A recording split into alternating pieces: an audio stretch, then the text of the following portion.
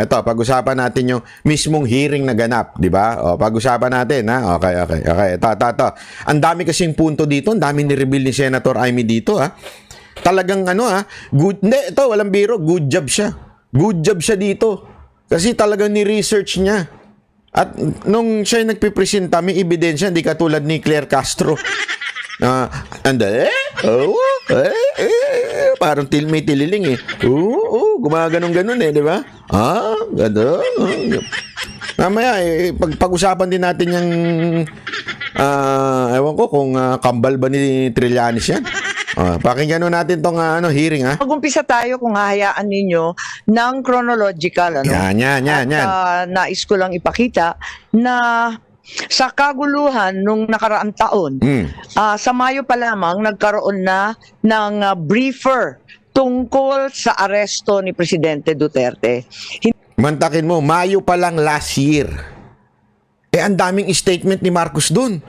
Hindi tayo makapag-cooperate. Ganon. Si Secretary Remulla, pagka dumupunta dito, arrestuhin namin yan. Yung pala, May pa lang, pinagpaplanuhan na. Yung pag-aresto, hindi ito pinagpaplanuhan yung coordination with ICC. Pinagpaplanuhan na yung pag-aresto, May pa lang. Tingnan mo nga naman, napakabudol nitong gobyernong ito.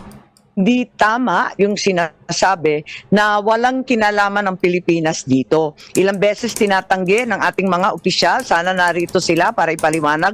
Subalit nag-press release po ang liwaliwanag nung DOJ Assistant Secretary Miko Clavano, May 8 ang kanyang mga press release.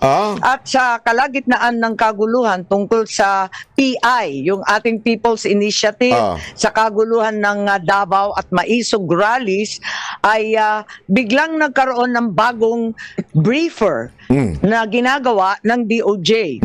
Ito ay unang-una, the potential arrest of President Duterte. Ikalawa, ang pagbabalik ng Pilipinas sa ICC. Maliwanag na last year pa, May of 2024, nag-umpisa na ito. At sabi rito, aware naman tayo na yung policy ay hindi papasukin ng ICC. Pero, posible naman mag-iba. So, yun ang nakakaabala dito. Mayo pa lang, pinaplano na yata ito.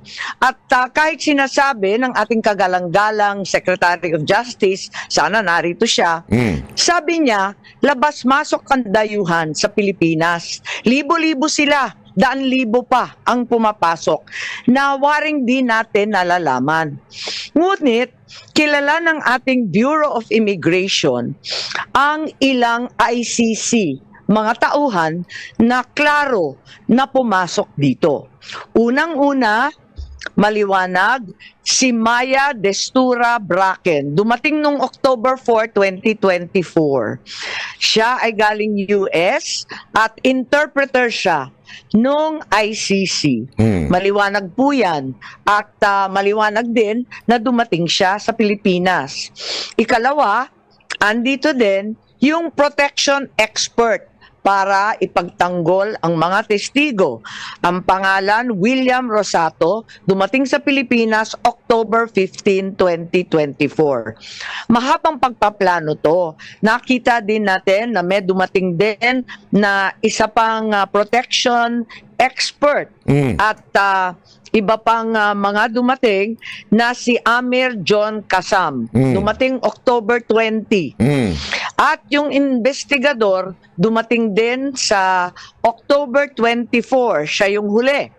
Ang huling ICC na nasa record ko, October 24, Glenn Roderick Thomas Cala. Siya naman yung investigador.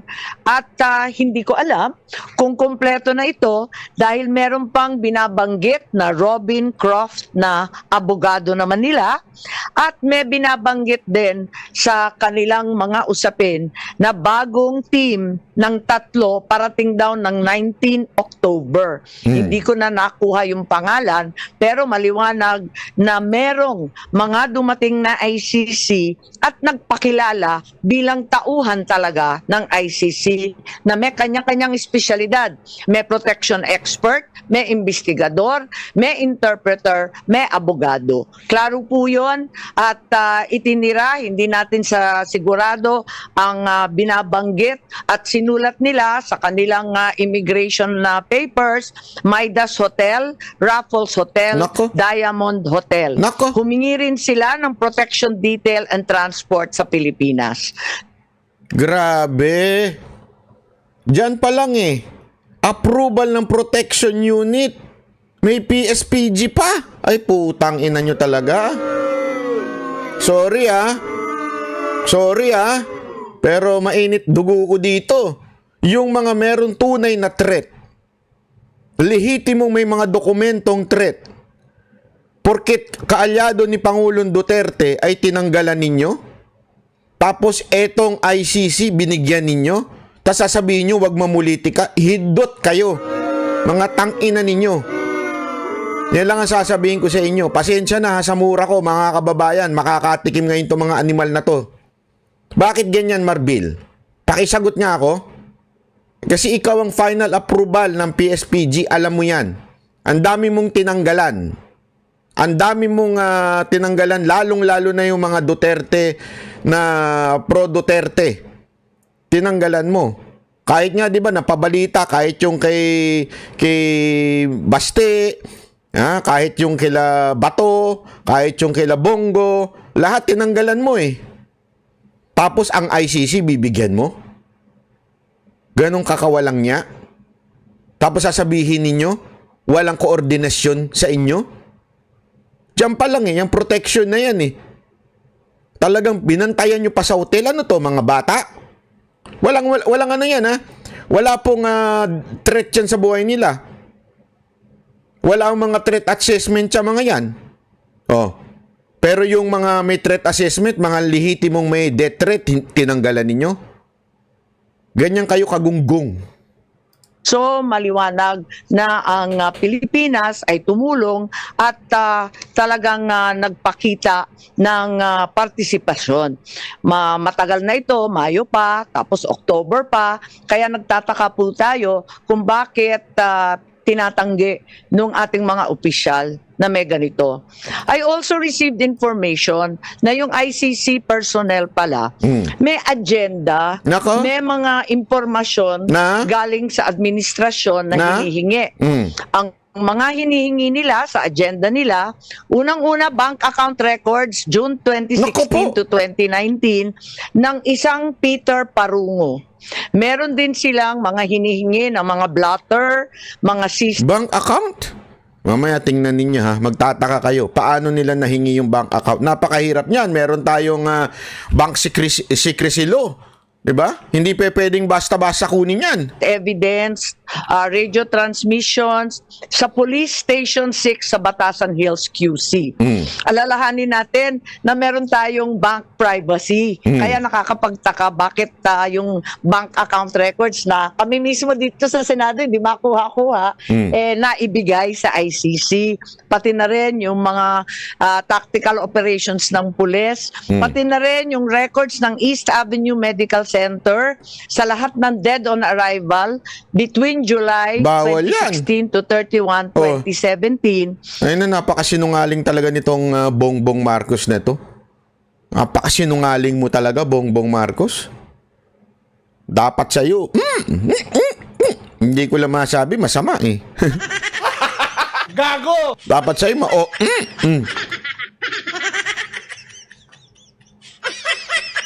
tuloy-tuloy mo lang pag para di ba? Mantakin mo, sasabihin, we will not cooperate. No, may pagbanta ka pa na pag nalaman mo yung agency ng gobyerno nag-cooperate. Ano to? Hindi, kasi ito yun di ba? May pagbanta siyang ganun So, ibig mo ba sabihin, nagpalusot sa'yo yung mga ahensya ng gobyerno na nasa ilalim mo? Nilusutan ka? Dalawa lang yun. Tatanga-tanga ka, o mahinang nilalang ka, o baka hindi pala dalawa, pangatlo, baka naman talaga may utos ka. Ganun lang kasimple yun. Tatanga-tanga ka, mahinang nilalang ka, o inutusan mo talaga. Nagsisinungaling ka lang sa taong bayan. Which is which, ika nga. Di ba? Napakawalang niya mo, sir. Napakawalang niya mo. Hindi tama yung ginagawa mo talaga na yan. This is a lantarang pangbubudol, ika nga. Binudol mo na nga mga Pilipino na naging presidente ka, na binudol mo na nga si Inday, pati ba naman ng buong Pilipino talaga ngayon tuloy-tuloy pa rin ang pambubudol mo? Non-stop unlimited budol yan Lahat ng detalye ng postmortem, autopsy at mga inspeksyon. Sana ipapatanong ko to sa ating kapulisan. Sabi nga ni Senator Cayetano, hindi naman yan sakop ng executive privilege pagkat hindi naman cabinet rank. Yan. Pero wala sila rito. Bakit nila ipagkakaila ito samantalang fully recorded naman ito? Ang liwaliwanag naman ito. Huwag na tayong magbulahan. Yun. Tapos, itong agenda na sinasabing hiningi, siya rin ang lumitaw sa application for warrant ng ICC prosecutor. Sa madaling sabi, ang kaso sa ICC base sa ebidensyang binigay ng pamahalaan ng Pilipinas. I am asking these questions, I cannot help but wonder, while the administration has been claiming it did not help the ICC, why the prosecutor in his application for the warrant of arrest for PRRD cited the following documents as part of the evidence. Ito na nga, yung paulit-ulit nilang pinagmamalaki, dokumento ng PNP at ibang department, ang drug watch list maintained by the law enforcement, financial and bank records, forensic evidence na nanggaling sa PNP. Mahirap kunin itong mga katibayan na ito. Kahit mataas na opisyal, katulad ng senador, naghahagilap kami ng ganito, wala kami makuha. Paano nakuha ng ICC prosecutor kung sa mga salita at deklarasyon ng ating administrasyon ang sinabi, it will not lift a finger to help the ICC. Bakit? Verbatim. Lahat ng hiningi nila, nakarecord sa agenda, yan din ang lumitaw na katibayan para sa warrant of arrest. Even if you were to... Nagets ninyo? Lahat ng hiningi na napakahirap kunin, yung record, medical record, bank account, lahat po yan. Napakahirap hingin po yan sa nang walang court order. Bakit dito ibinigay ng walang court order? Bakit to? Paano nila nakuha? At yan mismo ang ginamit na ebidensya para magkaroon ng warrant. Kasi remember, to have a warrant, there should be a probable cause. Ika nga. To get a probable cause, you have to present an evidence. You understand? Kailangan ganun po yun sa korte. Kailangan, kunwari hindi porket dinimanda ka, may warrant ka na. Kailangan patunayan mo sa piskal na may probable cause. Hindi pa ito yung beyond reasonable doubt. May probable cause lang na nakomit niya itong certain accusation or crime. Diba? So sa madaling salita, itong mga nakuha na ito, sinasabi ni Senator Amy, napresenta sa ICC. Ibig sabihin, kung napresenta, nakuha nila. Paano nila nakuha yun without the cooperation of the government? Marcos, ikaw, kaya ako nga pinost na ano ba talaga? Patutunayan mo ba sa buong mundo na isa kang budol? Patutunayan mo talaga na isa kang takusa? Patutunayan mo ba sa buong mundo na wala kang bayag?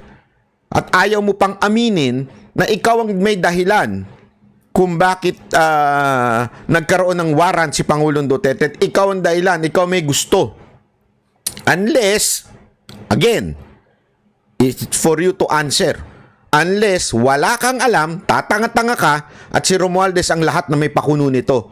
At kinokontrol ni Romualdez, walang iba kung hindi ang mga sekretary ng pamahalaan mo.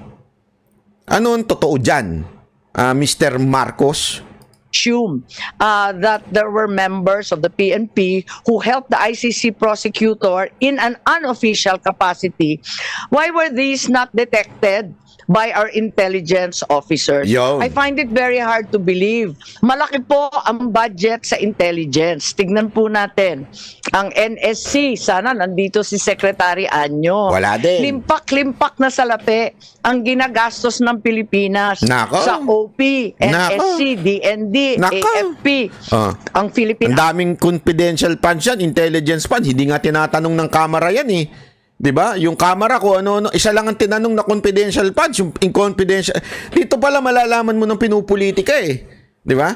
Ang dami pong confidential at intelligence funds ang nasa gobyerno. Iba't ibang agency ng gobyerno. Pero isa lang ang kanilang inuusig. Isa lang ang kanilang sinasabihan, dapat ipaliwanag nyo saan ginamit yung confidential fund. Kung hindi mga putang inang tatanga-tanga itong mga congressman natin, lalo na yung si Bigoting Comblo, di ba? Kung hindi naman tatanga-tanga yan, mantakin mo confidential funds, tatanungin mo kung saan ginamit. Bakit di mo tinatanong yung lahat? Bakit Vice President, Office of the Vice President lang? Kasi nga namumulitika kayo kasi utos-utusan kayo ni Romualdez, speaker ninyo. Yan ang katotohanan. Huwag na kayo magmaang-mangan. Inuutusan lang kayo. Sunod kayo na sunod. Magkano kaya bayad sa inyo? Hindi, ako nagtatanong lang ako sa inyo. Magkano ang bayad sa inyo? At putok kayo ng putak tungkol sa confidential funds ni VP Sara Duterte. Na alam nyo naman bawal yan sa batas. Bakit? Confidential funds nga eh. Kahit mismo si Ombudsman Martires sinasabi niya, hindi dapat tinatanong yan. O, di ba? Tanga kayo eh. Sunod kayo ng sunod. Sa speaker ninyo, anong kapalit? Ako nagtatanong lang, ayuda o pera? Suhol o ayuda? Anong sagot dyan? Bahala na kayo sumagot. Tanong yan eh, di ba? Army, may hiwalay, Air Force, may hiwalay, Navy, General Headquarters. Lahat ito hindi nila nalaman. Parang naman mahirap intindihin. Totoo ba na right in front of their faces, hindi naman nila nakita lahat ito. Mahirap talaga paniwalaan. At eto pa, meron na din tayong case build-up na narinig. At andito tayo, yung case build-up ng DOJ. Kanina, nag-umpisa tayo doon sa briefer. Mayo pa lang yon. Pagkatapos ng briefer, nagkaroon ng maliwanag November 4, Department Order ng DOJ na nagtatatag ng task force to investigate, create a case build-up, and file the appropriate criminal charges. So, klaro na yun. And sana, andito yung DOJ para sabihin kung yung task force nga ba, in-interview sina Senator Laila De Lima noon, Attorney Colmenares, and Commissioner Palpalato. Yan lang ang gusto natin malaman. As a matter of fact, may nakita tayong bago. March 6 nitong taon na to, may memo ng accomplishment report nitong case build-up na to na humihingi ng additional 90 days. Kasi ang sabi nila hindi pa daw sapat, hindi pa daw klaro, hindi maliwanag. Humihingi sila nung umpisan ng nakaraang buwan, 90 days pa sana. So, sana yung DOJ i-confirm nila. There already was a legal team. In fact, there is an allegation na pati private legal team, magbabayad sila para mag-draft ng complaint for murder against those responsible for the death of 3 nationals in the Davao prison. Kung may case build-up, may draft of the complaint, why did we still have to cooperate with ICC and Interpol? I wanted to verify kung totoo nga na yung DOJ pinagtatanggol yung ICC jurisdiction in the cases before the Supreme Court. It appears that the DOJ is arguing there is no investigation or prosecution in the relevant EJK cases. But in fact, sila mismo may task force, meron ng report, may hinihingi na ng mga private lawyer. Meron na ring Quadcom sa Kongreso. Merong Senate Blue Ribbon Committee.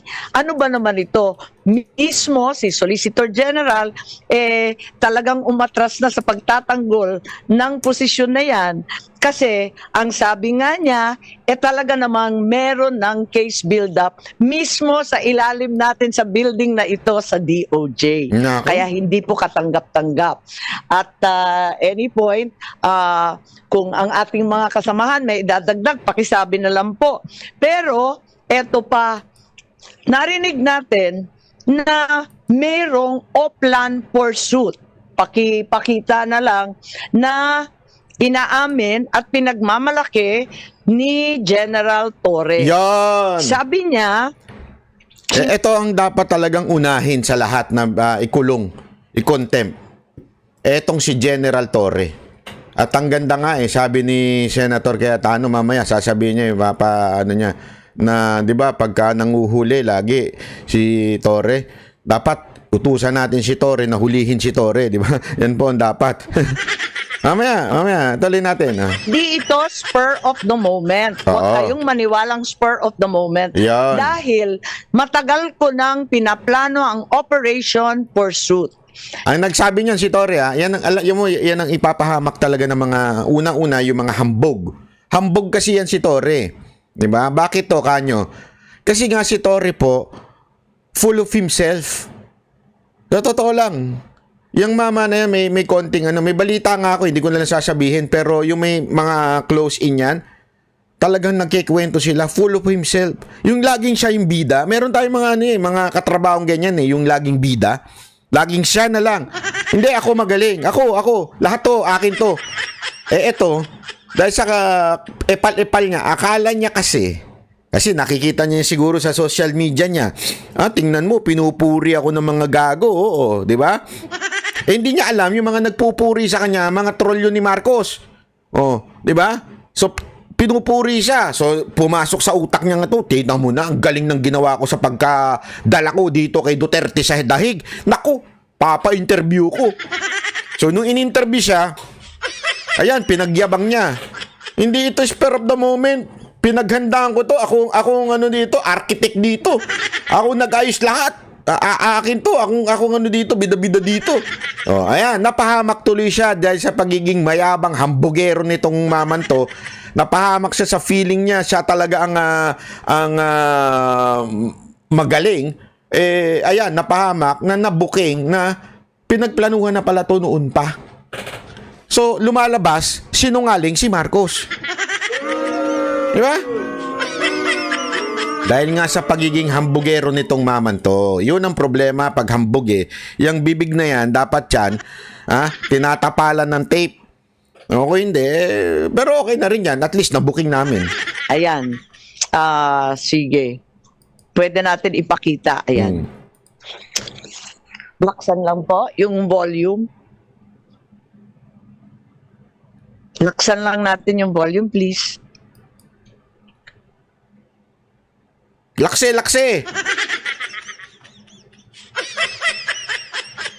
Dapat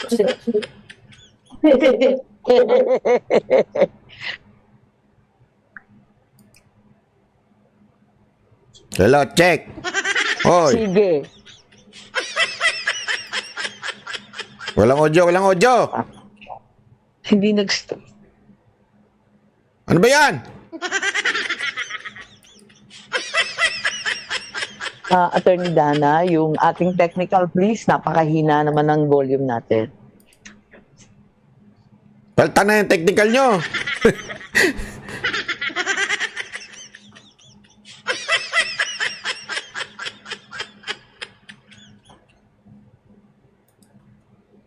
Paano yung kasi kailangan niyo po talaga siyang ilipad sa daig no matter what on that day. So paano po ibinabasa inyo ni PNP Chief Marbil na how did he say that to you na no matter what we need to fly the former president to the Hague and we need to implement the ICC arrest warrant? Arrest him and bring him to the Hague. Yun lang. Simple as that. Arrest him and bring him to the Hague. Sagot ko lang, sir, bigyan mo ko aeroplano. O di ayos. And then the rest. Tapang. Ang yabang, di ba? Resim bring to the Hague. Ayun lang. Sabi niya, basta ako yung bla dyan. Basta bigyan mo ako aeroplano. Tangin na, binuking talaga Binuking niya talaga eh. Ang tanga-tanga talaga nitong... Sorry pero... Grabe, binuking niya talaga yung mga amo niya na pinagplanuhan talaga. Everything. Pero matagal na yun eh. Ang plano na yan, matagal na yan. Oh, ayan, tinan mo. Matagal na yan. Kasi masyadong, alam mo, tama talaga ang Biblia eh, no? Alam bira, marami kang matututunan talaga sa Proverbs eh. Kasi sabi doon, hindi lang sa Proverbs, sa entire Bible, paulit-ulit yan sinasabi, yung bibig mo, ang ikakapahamak mo. Oo, kahit nga, tuloy, dahil sa daldal mo, kung shut up ka na lang sana, kaya lang kasi gusto mo, yung malaman ng taong bayan na ang feeling mo kasi successful yung ginawa nyo eh. Feeling nyo, proud ang mga Pilipino. Hindi nila alam, mga troll yung nagko-comment sa kanila. At galit na galit ang mga Pilipino sa ginawa mo. Ngayon, pinagmalaki mo pa. Kasi after na ito eh. Oh. Spur of the moment eh. Matagal na yan. And, nagkataon lang na talagang yun, the opportunity arose. Oh, di ba? Oh, yun. Senator Ramy, Ayan, pasok!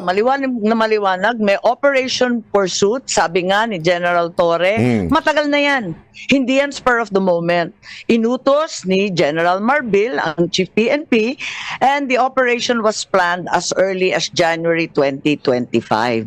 So hindi natin pwedeng sabihin na madalian at waring nakita ko bit-bit ni General Torre nung pumunta siya dito sa first hearing dahil pinagmamalaki nga niya na napakakapal nung plano niya. Ang Oplan Pursuit 80 pages. Grabe, daladal. Bit-bit pa talaga eh. Gunggong din talaga eh. Bit-bit niya talaga yung plano niya eh. Pagyayabang niya ha, dadalhin ko ito para pagmalaki. Hindi niya alam kakapahamak niya yun. Ganun ewan ko, ano man tawag mo dyan kay Torre? Oh, bit-bit niya pa eh. Walang yan talaga nga naman, kabobo nitong mamang to. Sorry lang pero that's the truth. Mahina utak eh. Maliwanag na ang PNO had prepared a secret plan o plan na pursuit to detain PRRD, including scenarios of arresting him either in Manila or Davao. It also contained maps of properties of the former president, his partner, his allies, with arrows labeling the nearby streets where the PNP could access the property. Sana hihingi ako ng kopya nitong 80-page plan called Operation Pursuit. At gusto ko rin sana malaman, katulad ng sambayanan, kung kailan nag-umpisa to. Dahil obviously, itong Operation Pursuit was concocted weeks, if not months before March 11. Panay ang sabi nila, nagulantang daw sila nung dumating nung March 11 ng umaga. Pero mukhang hindi naman yata totoo to. Hindi naman yung Interpol o yung diffusion notice na dumating ng March 11 ng 3 a.m. ang nag-umpisa nitong lahat, kundi nung nakaraang taon pa, Mayo pa lang, klarong-klaro na. Madam Chair, may I move that this committee issue a subpoena Yun. duces tecum to the PNP to produce that document? Madam Chair, before you rule on that, did the cabinet secretaries also submit already the whole video? Kasi they said last time Putol.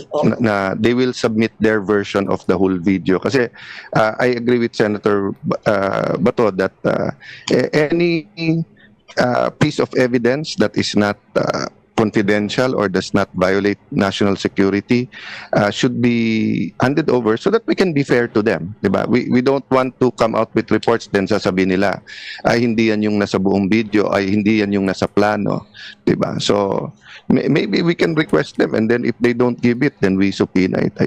But I submit to you, Madam Chair. Yes, I'm in full agreement with both our senators. And certainly, the comment that there was no plan until they received the Interpol warrant. Yari siya, papakuha na yung dokumento. Puro ka kasi yabang, animal ka eh. Ayan, napakayabang mo kasi. Napakayabang mo, Torre. Kaya submit ngayon ang buong ang dokumento. Yari ka ngayon kasi yung bibig mo, ipakapahamak mo yan. Kaya sigurado ako ngayon, sinasabon na ito. Yun ang katotohanan. Sinasabo na ho ito, malamang. Diffusion order is highly doubtful. Pati yung New York Times, alam yung balita tungkol sa plano. Oh. Bakit tayo walang maibigay na plano sa ating komite? Pagkatapos yung complete video na hinahanap ni Senator Cayetana, tama po kayo. Hanggang Madam ngayon, Chair. hindi pa nabigay. Pero baka kasi kasama sa 80-page plan yung paghuli kay Senator Bato. So Yo. hindi talaga pwedeng ibigay muna sa Ako, yari ka, Senator Bato. Kasali ka. Actually, saya ng hearing na to kasi minsan nagbabato pa ng biro si Cayetano kay Bato, pero si Bato naman sobrang sports niya, tsaka kitang-kita mo na alam mo yon, hindi ho siya natatakot sa anumang gagawing pag-aresto kasi ito tama yung ginawa mo, Senator Bato. Itodo mo na to. Itodo mo na, sir. Kasi ganun din naman whether itodo mo o hindi, kung gusto nila ipa-aresto ka, kasi ang balita ko meron second and third and fourth pa na na warrant, kasama ka doon, naturalmente ikaw ang PNP chief doon, so siguradong kasama ka doon. Itodo mo na to para kung sakasakaling birahin ka, ano ka na dahil sa bumanat ka na, kaysa mag-hold ka pa. Kaya tama tong ginawa mo, Senator Bato. Senator Bato, anong comment nyo dan?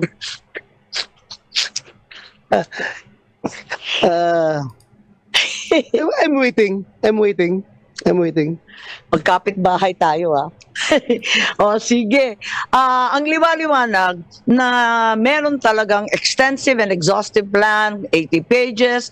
Then the administration was already anticipating the application for a warrant of arrest and the issuance thereof. It's also apparent there was some kind of communication and coordination with the ICC. It's well known that some officials of the DOJ, as well as high-placed officials from other departments and from other branches of government, already visited The Hague and perhaps even met the president of the ICC in Japan. So we are very deeply concerned about this contradiction in the claims. Kasi ang liwaliwanag na may communication and coordination na, tapos may sinasabi pang mga official channel through DOJ sa The Hague, backdoor channel. Bakit tinatago pa ng gobyerno? Tapos na to Tapos na ito, hindi na siya national security issue. How could the administration have known for weeks, if not months, in advance that the ICC will issue a warrant of arrest if, as claimed by the Secretary of Justice, the country was not communicating with the ICC? Parang hindi ka panipaniwala na gulat naman tayong lahat. So Madam sana yan klinaro nila. Yes, Senator Cayetano. On your point that feel free to interject, just on the point of ongoing investigations, o may kaso ba, I was really deeply disturbed and shocked when Secretary Boying Remulla told us that lahat nung this is my words so I will refer to the record naman sa eksakto niyang sinabi at yung terminology, but sabi niya, Senator Bato, nung huling hearing, na parang lahat, and you might want to refute that if you have information, but sabi kasi niya lahat daw nung wrongful death po yung ginamit niya, ay wala daw record, walang blatter, wala daw talaga. Tapos halimbawa may gunshot wound, tapos nakalagay cardiac arrest, di ba? I don't know if that is cardiac arrest because of I don't know, but ang point ko lang, na surprise at na-shock ako because when I was in the cabinet, before kami mag-explain abroad, hindi binubunot sa hangin yon. Nagmi-meeting Tama. yan, whether with the DILG or whether with the Chief PNP. I have had several meetings with Senator Bato when he was Chief PNP and I was still a senator. Kasi hindi naman ako magsasalita dito na hindi ko muna tinanong sa kanya. So, aside from yung mga ni-reveal mo na very telling details, I think we owe it to the public. Yung sinabi po ng, let me frame it this way, no? Kung pro Duterte ka, you want accountability. Yes, but we want accountability here in the Philippines at yung tamang process. Kasi two wrongs does not make a right. If you are anti-Duterte, you also want accountability. But you also want to do it right. Because two wrongs doesn't make it correct. Meaning, kung ma-dismiss yan sa ICC o kaya mag-change ng administration, balik na naman. So, whether you're pro or anti-Duterte, we want the rule of law, gusto natin tama. Last point lang, Madam Chair. Yung chilling effect, di ba? So, kapag ka yung pinag-uusapan whether yung warrant arrest sa mga cyber libel or, tignan nyo po ilan taon na ba? 2016, 2025. 9 years ko nang kadebate si Senator De Lima, just like some others of us, former Senator De Lima, 9 years, di ba? 9 years na. Usually, yung usual, 30,000 yan, 16,000. So nagsasagutan kami sa issue. First time na nagdebate kami 2-3 weeks ago, ang una niyang sabi, dapat yan si Cayetano kasama sa ICC. Di ba? And then after that, naglabas sila ng redacted. And then mayroon ding iba like former Senator Tria. Marami pang susunod dyan. So may chilling epekto. Sa akin okay lang kasi sanay akong takutin di ba? Sanay naman na ganun. But ang point ko lang, Madam Chair, that's why we have to get to the bottom of this. For example, in the case of Senator Bato, kailangan alam natin pagka may lumabas, can he have his counsel of his own choice? Can he be examined by a doctor? Pwede ba siyang mag-resist kasi wala naman Philippine order? Pwede ba siyang isakay bigla sa aeroplano? Mabigat yan, baka ma-overloading yung aeroplano. No? So, dinadaan ko lang po sa biro, pero hindi biro yung ito. Let me stop with one example, Mama. Kasi maraming progressive groups. Siyempre, dahil nga sa history kay President Duterte, I'll assume good faith sa progressive groups. Assuming na human rights activists sila, assuming na may mga napatay na extrajudicial killing, naisip ba nung progressive groups na yan na pag biglang may nakitang hukay wherever in the Philippines, kahit sabi mo yung hukay na yan ay 20, 30, 40 years na, at may 50 nakalibing doon, or 43, katulad na rin lang nung kay President Duterte. Tapos ang sabihin nung kusino man, let's say retired military or retired intelligence officer, sir, mass grave nung komunista yan. Pinatay yan during 2012. Nung pinatay yan, 2012, may ICC pa. Payag ba tayo na yung mga progressive group, pati yung mga congressmen na progressive group, ay bigla na lang kukunin, isasakay sa airplano, dadalhin sa Hague, na hindi sila makakapunta sa Philippine courts? So, whatever kasi we decide here and whatever as a nation we decide, Madam Chair, is applicable to all of us. Di ba yung sinabi ni President Erap na weather lang yan? Kaya kailangan may batas. Para kahit anong weather, klaro yung karapatan mo. So let me stop there, but thank you for that intervention, Madam.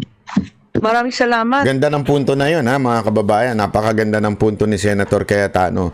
Kaya nga importante ito kasi hindi ho ito pro-Duterte issue. Baka kasi akala nung iba, kasi puro kayo mga pro-Duterte. Hindi ho. Mga kababayan, pag pinalagpas natin ito, para na rin natin sinabing okay lang na lahat tayo dukutin at dalhin sa dahig kung gusto nilang kahit sino mang gobyerno. Tandaan natin parang sinasabi natin, if our government can do this to PRRD, pwede silang makipag-coordinate with the other agency, like sabihin, other court or community, maring hindi sa ICC, pero gawing rason yung Interpol. Ibig sabihin, ano yung Interpol na yun? Interpol na issue na sandali. Pagka hindi namin kursunada itong tao na ito, pwede kami yung sabihin namin yung Interpol, magkaroon ng notice yan o kahit yung diffusion na yon. Tapos, sasabihin namin, kukunin na namin, tapos dadali na namin ngayon, kung saan man. Di ba? You understand what I mean? Kaya importante na magkaroon ng batas. Na bawal yan. Ulitin ba, ika nga. Kasi alam na nga natin, may batas na ganyan. Na bawal yan. Dapat dumaan sa due process yan. Dapat dumaan sa local courts yan. Di ba? Pero hindi nasunod. Ano ibig sabihin nun, mga kababayan? Talagang napakawalang yan itong gobyerno to. At dapat magkaroon ng batas na kung sino man ang hindi sumunod, ito ang consequence. Yun ang importante dyan Mapatunayan. No, di ba? At meron ibang katanungan yung ating mga kababayan. At ito naman yung tungkol sa executive order ng US, ano? Noong March 28, ang sinabi ng gobyerno, ICC has no jurisdiction. Etong taon na ito, no? This is just the latest in a series of statements na ang ICC walang jurisdiction dito sa ating bansa. Gusto ko sanang tanungin ulit sa ating executive kung ang dating Pangulong Duterte ay nasa ilalim ng protected person under the executive order issued by the Naku, maganda ito. Tungkol naman to sa US. Napaka-importante ito kasi naglabas pong si Trump ng utos na kung sino man na mag-cooperate sa ICC dito sa Amerika ay i-freeze ang account niya. Ganda nito. President Trump, which imposed sanctions on the International Criminal Court. Kasi si Presidente Trump, hindi niya gusto yung ICC, di ba? Hindi nga nakilahok ang Amerika dyan. Under Section 8D2 of the EO, any foreign person who's a citizen or ally of the US that has not consented to ICC jurisdiction, o parang Pilipinas, over that person or state party is a protected person sa ilalim nung kay Presidente Trump. So ang Pilipinas, hindi na state party. At yung executive, sinasabi naman na hindi talaga ICC ang may jurisdiction sa atin. Kaya gusto ko sana tanungin, si Presidente Duterte ba ay isa sa protected person sa ilalim ng executive order ni Presidente Trump? Non-NATO ally na former or current official. So gusto ko malaman kung si PRRD nga ay protected person sa ilalim ng executive Ganda ng research ni Senator Amy na to. Ang ganda kasi nagbigay ng deklarasyon si Trump eh.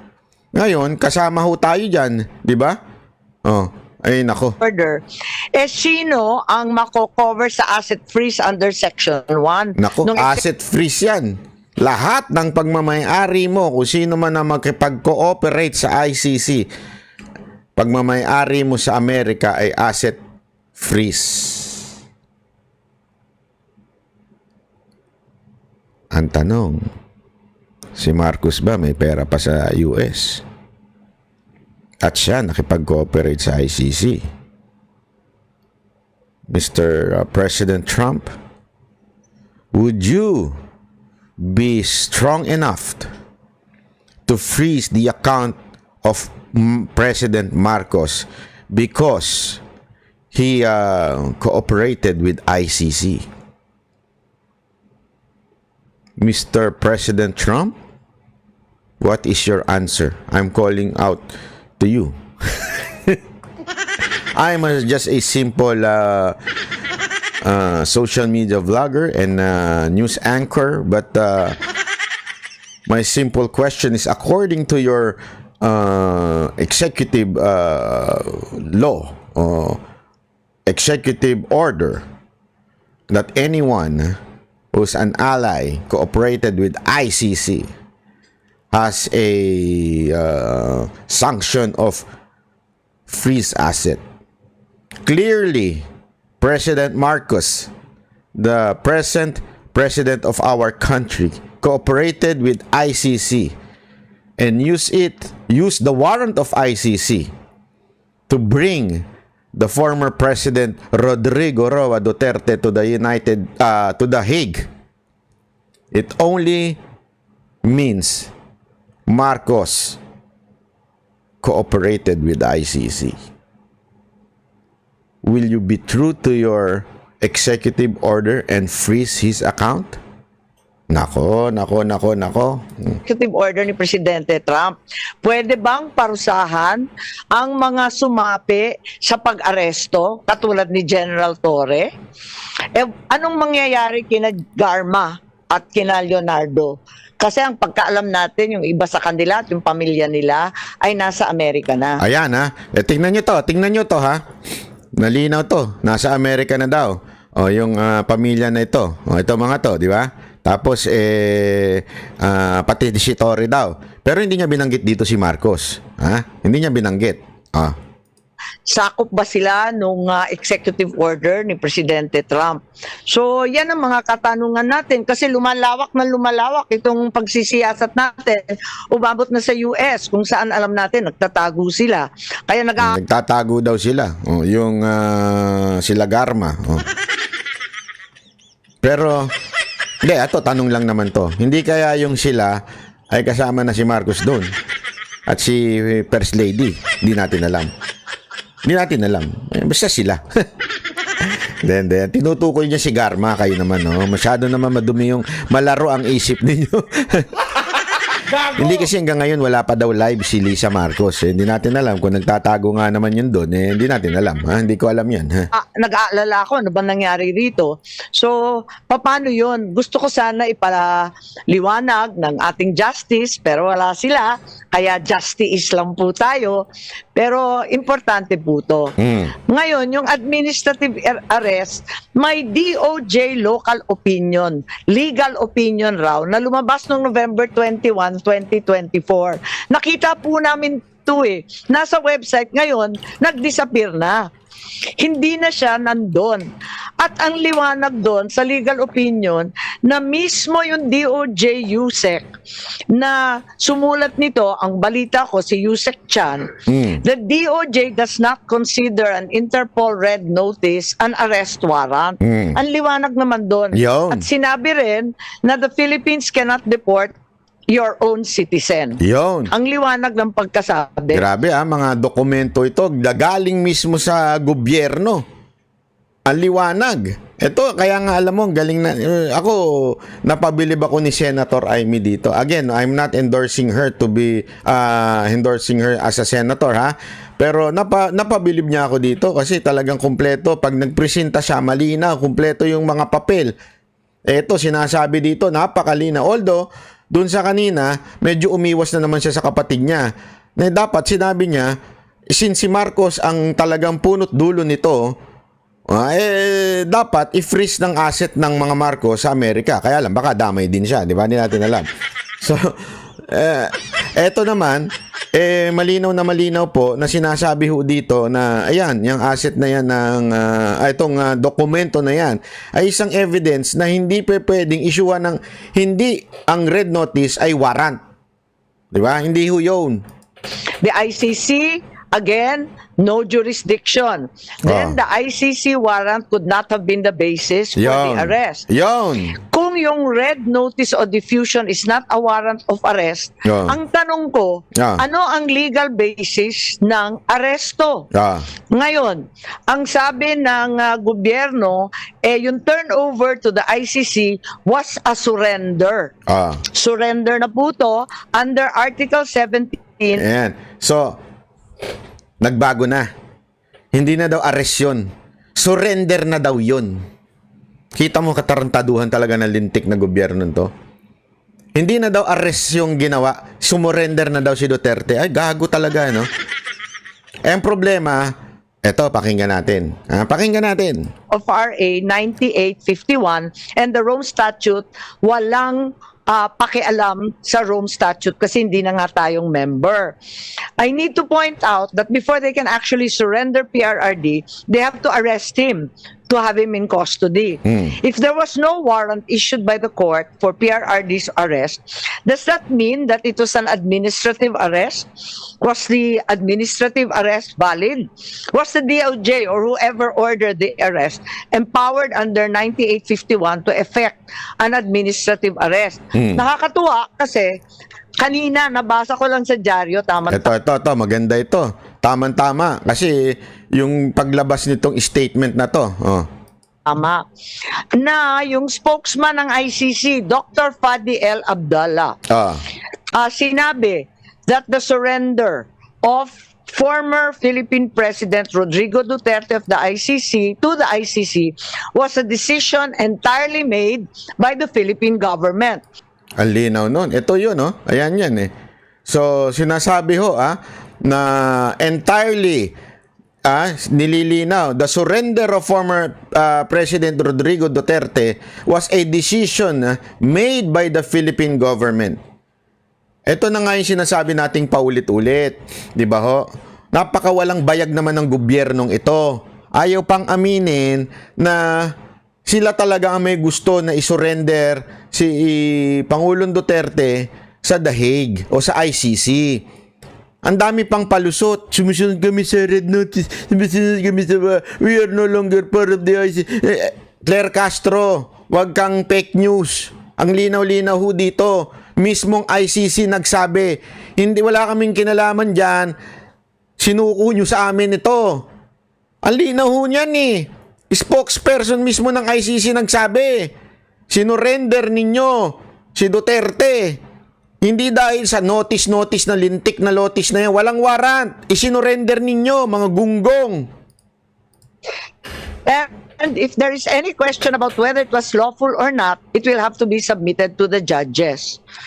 So, mismo yung ICC, sinabi na ang Pilipinas ang nag-surrender sa dating Pangulo. Siguro, si Attorney Medina na naman, magpapasaklolo tayo. Ano ba ibig sabihin ng administrative arrest? At tama ba na sinuko ng Pilipinas si PRRD sa ICC? Yan.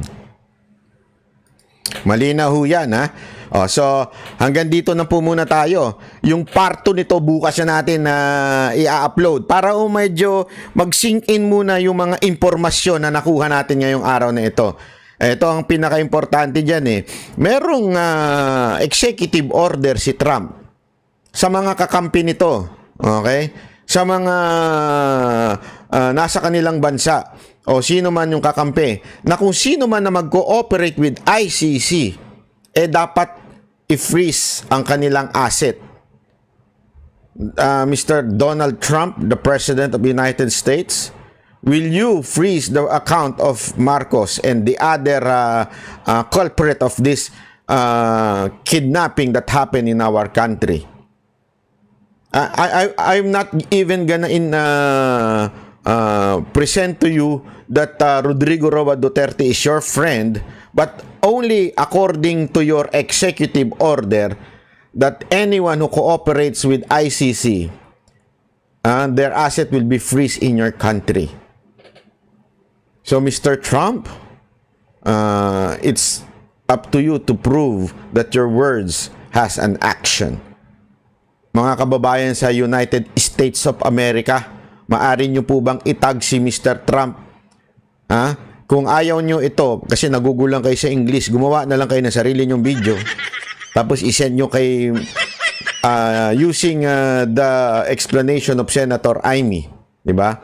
Dapat po talaga magkaroon ng sanction. Kasi our country, wala na, kontrolado na ho ni Marcos lahat at ni Romualdez. So, hindi na mas masasanction sila. Diba? Kaya mabuti pa na dapat tayo na ho ang lumapit kay Trump, kayo mga taga-ibang bansa. Lapitan ninyo, email ninyo, itag ninyo si Trump sa Twitter. O gusto ninyo, i-share nyo itong video kung magulo. Ikat-kat ninyo, di ba? Kakat naman po yan ng ating editor na si paring RJ. Ikat mo ito, lagyan mo ng title, Message to President Trump. Tayo na, magugulo sila yun. Sigurado ako, mawiwindang si Trump pag napanood niya to. Who the hell is this banat by? Cancel his visa. Mr. Trump, I believe in you. Sabay ganun I believe in you. Hindi, I believe. Okay, nampanya ko yan si Trump. I campaign for you, Trump. Don't worry. Be happy. I believe in your, as a matter of fact, I admire what you're doing right now. Exposing the lies of the FBI with religious persecution, everything. I even campaign for you. Anyway, hanggang dito na lang po muna tayo, ha? We'll have a second part kasi napakahaba nito, napakaganda ng sinabi ni Senator Amy at mga revelasyon dito. At kaya sa susunod natin i-discuss ito. Okay? Maraming salamat po. Ako po si Banat Bay. Sana po mag-like, share, pa-member po kayo para suporta ninyo na maging independent po ang mga banateros. Magpa-member po kayo sa mga channel. Dahil yan po ang dahilan kung bakit hindi po kami nababayaran, dahil kayo po ang nagbabayad sa amin through the membership and through the views. Kasi ako, sa totoo lang, marami nga nagsasabi, pinagkakakitaan nyo yung vlogging. Aba, natural. Aba naman, kung hindi namin to pinagkakitaan, sa kami kumukuha ng pera. You understand the logic? Mantakin mo kung walang views to. Tapos, kung ano-ano, nakabili kami ng kondo, dating nakatira sa Kubo. Nakabili ng kondo, pero wala naman siyang viewers. Ibig sabihin, hindi siya kumita sa YouTube, pero nakabili siya ng kondo. Nakabili siya ng kotse, pero wala siyang kita sa YouTube. Kasi wala kang nanonood. Anong tawag mo doon? Di bayar ang vlogger. Kami po, ito'y lehitimong negosyo ang YouTube. Lehitimo ito. So kung kumita man kami dito, it's because lehitimo yung aming ginagawa, di ba? O at least dito kami kumikita, hindi galing sa mga politiko. O kasi yung mga iba dyan, pinaparabagang pinasasama, o tingnan mo na, pinagkakakitaan yung vlogging, ano gusto nyo, pinagkakakitaan yung mga politiko? Mas mabuti ng kumita dito kaysa kumita kami sa mga politiko. Di ba? Tama, mali. Oh. Nagpapakatotoo lang tayo. Kasi kita mo yung mga tanso vlogger, wala namang viewer, bakit madaming pera? Binibigyan huni, Kami ang boses ng masa, hindi natatakot. Katotohanan lang, di kami nalulunod. Walang bahid ng sismis, lahat ay totoo. Kahit sino ka pa, pag mali ka babanatan ka. Walang pinipili kulay, wala kaming kinikilingan. Basta para sa bayan, kami lalaban. Pag tama palakpakan, pag mali banatan. Di matitinag, di matatakot, para sa bayan tuloy ang sigaw. Sa harap ng kamera, walang halong takot. Mga baluktot, lahat kayo'y tutumba. Ang hustisya at totoo, yun lang ang mahalaga. Kahit sinong harang, di kami matitinag. Walang pinipiling kulay, wala kaming kinikilingan. Basta para sa bayan, kami lalaban. Pag tama palakpakan, pag mali banatan. Di matitinag, di matatakot, para sa bayan tuloy ang sigaw.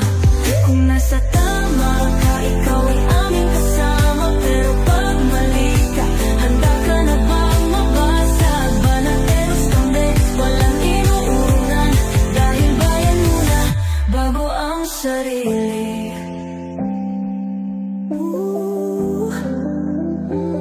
Bago ang sarili.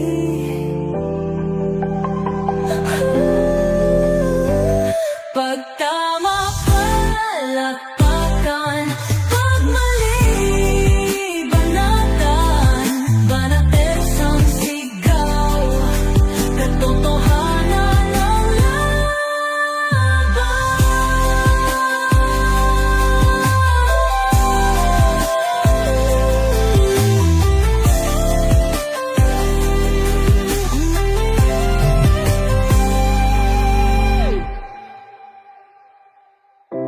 sa harap ng kamera, wala